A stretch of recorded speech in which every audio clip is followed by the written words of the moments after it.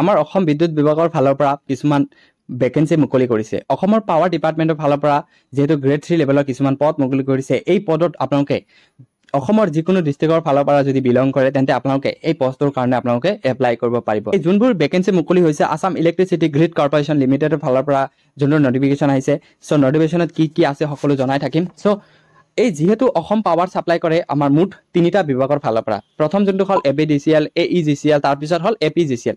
চ' যেহেতু APDCLৰ অলৰেডি পদ মুকলি কৰিছে, সেইটোৰ বিষয়ে মই ভিডিঅ' অলৰেডি বনাইছোঁ, ডেছক্ৰিপশ্যনত আপোনালোকে চাব পাৰে।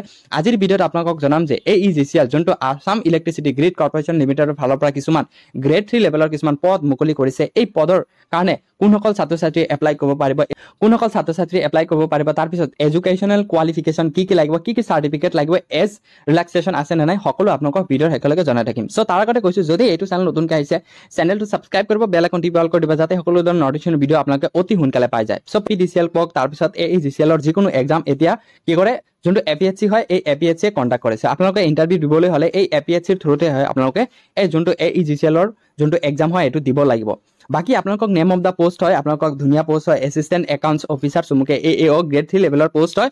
যোনটো পোষ্ট আহিছে আসাম ইলেক্ট্ৰিচিটি গ্ৰিড কৰ্পোৰেশ্যন লিমিটেডৰ ফালৰ পৰা, চমুকে AEGCLৰ ফালৰ পৰা আহিছে। আপোনালোকক ধুনীয়া পোষ্ট ৰাখিছে, নাম্বাৰ অফ পোষ্ট 61টা পোষ্ট আছে। চ' এতিয়া আপোনালোকক জনাম যে কেটেগৰী ৱাইজ কোনটো ডিপাৰ্টমেণ্টত কিমানটা আপোনালোকক পদ মুকলি কৰিছে। আপোনালোকে যদি জেনেৰেল কেটেগৰী বিলং কৰে তেন্তে 31টা পোষ্ট আপোনালোকৰ কাৰণে দিয়া হ'ব। বাকী ৰিজাৰ্ভেশ্যনৰ কাৰণে 14টা, SCৰ কাৰণে কিমান আছে, STৰ কাৰণে কিমান আছে, সকলো মিলাই কেনে আপোনালোকক কি কৰা হৈছে 61টা পোষ্ট মুকলি কৰিছে।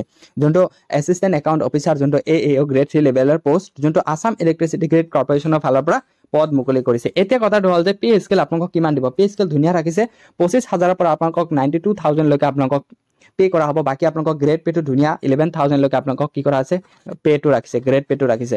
চ' এতিয়া কথাটো হ'ল যে যোনসকল ছাত্ৰ ছাত্ৰী এপ্লাই কৰিব খোজে সেইগুলোৰ কাৰণে এলিজিবিলিটি ক্ৰাইটেৰিয়া কি আছে আপোনালোকক কি কৰা হ'ব। যোনটো ইয়াতে চাব পাৰিছে যে এলিজিবিলিটি ক্ৰাইটেৰিয়া, ইয়াতে এমপ্লয়মেণ্ট এক্সচেঞ্জ চাৰ্টিফিকেট, তাৰপিছত PRC পাৰ্মানেণ্ট ৰেচিডেন্ট চাৰ্টিফিকেট আপোনালোকক কি কৰা আছে, আপলোড নেচেচাৰী হ'ব। চ' এতিয়া কথাটো হ'ল যে আপোনালোকৰ যদি এডুকেশ্যনেল কোৱালিফিকেশ্যন কি হয়, যদি আপোনালোকে বেচেলাৰ এনি ষ্ট্ৰীমৰ ফালৰ পৰা, যদি আৰ্টছ হওক, ছায়েন্স হওক, কমাৰ্চ হওক, যদি আপোনালোকে 55% মাৰ্ক আপোনালোকে লাভ কৰিছে তেন্তে যোনটো APDCLৰ বা AEGCLৰ ফালৰ পৰা যোনটো ভেকেঞ্চি আহিছে আপোনালোকে ইয়াৰ কাৰণে যোগ্য হয় বা এপ্লাই কৰিব পাৰিব।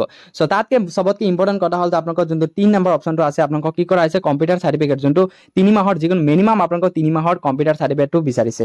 যদি আপোনালোকৰ কম্পিউটাৰ চাৰ্টিফিকেট নাই তেন্তে এইটোৰ কাৰণে আপোনালোকে যোগ্য নহয় বা এপ্লাই কৰিব নোৱাৰে। চ' এতিয়া কথাটো হ'ল যে এজ লিমিট কিমান ৰাখিছে। যদি আপোনালোকে জেনেৰেলৰ পৰা বিলং কৰিছে তেন্তে আপোনালোকে 21লৈকে আপোনালোকে 21 হ'লে আপোনালোকে এপ্লাই কৰিব পাৰিব, আৰু 38 বছৰলৈকে আপোনালোকে এপ্লাই কৰিব পাৰিব, আৰু 21 আপোনালোকক 1/1/2024লৈকে আপোনালোকক হ'ব লাগিব।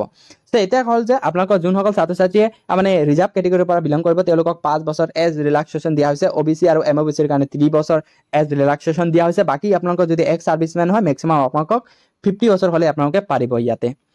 চ' ইয়াতে আৰু এটা কথা হ'ল যে এতিয়া যেহেতু আপোনালোকক এলিজিবল ক্ৰাইটেৰিয়া হৈ গ'ল, এতিয়া আপোনালোকক এপ্লিকেশ্যন ষ্টাৰ্টটো হ'ব 15/6 আৰু আপোনালোকক ক্লজিং ডেটটো ৰাখিছে 14/7/2024। এইকেইটা ডেটৰ ভিতৰত আপোনালোকক কি কৰিব লাগিব, এপ্লাই কৰিব লাগিব।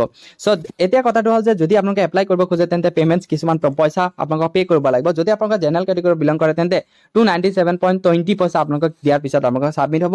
ST হ'লে আপোনালোকক 197.20 দিলেই হ'ব।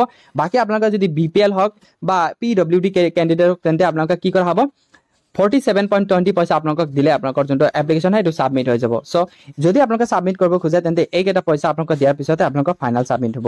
চ' এতিয়া কথা হ'ল যে যদি আপোনালোকে এপ্লাই কৰাৰ পিছত যদি আপোনালোকে এক্সামটো দিব খোজে তেন্তে কোনটো ডিষ্ট্ৰিক্টত বা কোনটো এক্সাম চেণ্টাৰত আপোনালোকে এক্সাম দিব পাৰিব। বাকী আপোনালোকে ইয়াতে চাব পাৰিছে যে 6টা এক্সাম চেণ্টাৰত আপোনালোকে এক্সাম দিব পাৰিব। এক্সাম চেণ্টাৰ হ'ল শিলচৰ, যোৰহাট, নগাঁও, তেজপুৰ, কোকৰাঝাৰ, গুৱাহাটী। চ' আপোনালোকে চাব পাৰিছে যে শিলচৰ কোন ডিষ্ট্ৰিক্টত পৰিছে, বাকী যোৰহাটত কোন ডিষ্ট্ৰিক্টত পাৰিব, বাকী নগাঁও কোন ডিষ্ট্ৰিক্টত পাৰিব, গুৱাহাটী কোন ডিষ্ট্ৰিক্টসকলে যোনবোৰ ছাত্ৰ ছাত্ৰী এপ্লাই কৰিবা, তোমালোকে গুৱাহাটীত যদি বাক্সা, বৰপেটা, কামৰূপ মেট্ৰ' এইখিনি ডিষ্ট্ৰিক্টৰ ফালৰ পৰা যদি তোমালোকে বিলং কৰা তেন্তে গুৱাহাটীত যাই কেনে ইণ্টাৰভিউটো দিব লাগিব। চ' ইমান এটা সৰু ভিডিঅ' আছিলে। ভিডিঅ'টো ভাল লাগিলে চেনেলটো ছাবস্ক্ৰাইব কৰিব, বেল আইকন টিপি অল কৰি দিব, যাতে সকলো নটিফিকেশ্যন ভিডিঅ' আপোনালোকে অতি সোনকালে পাই যায়।